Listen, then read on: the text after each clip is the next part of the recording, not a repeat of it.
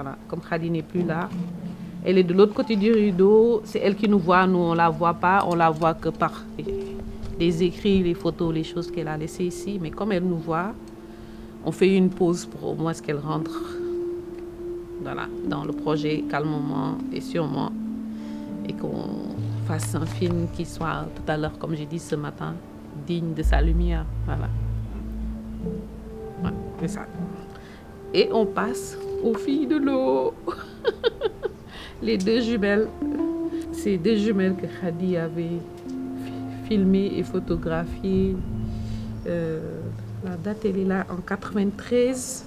Elle avait le projet d'adapter son livre, Le jeu de la mer.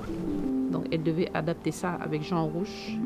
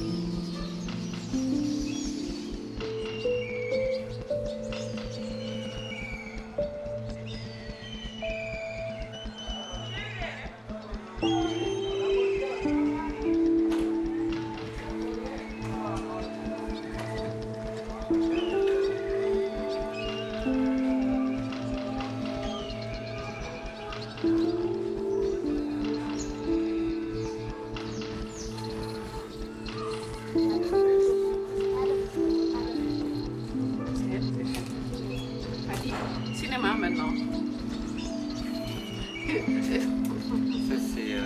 Parler de cinéma, ça c'était son plan. Hein. Elle disait qu'on est des sortes de femmes au foyer cinéastes. Donc elle avait sur sa table ses légumes, ses pellicules. Cette photo définit le cinéma qu'elle voulait faire. Je me présente, Khady Sylla, écrivain, cinéaste.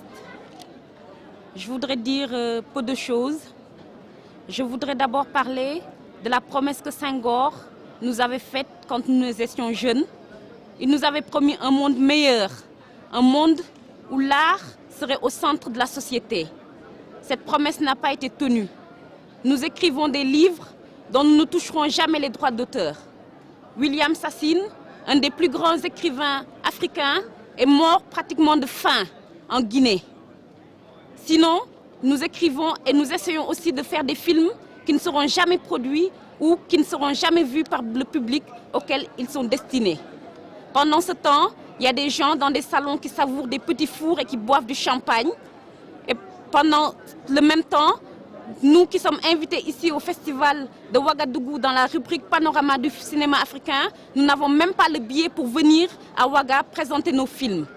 Je voudrais dire tout simplement à tous ces businessmen et à tous ces gens qui sirotent dans des salons et qui font des colloques que quelles que soient les conditions dans lesquelles ils nous mettront, nous ferons notre travail.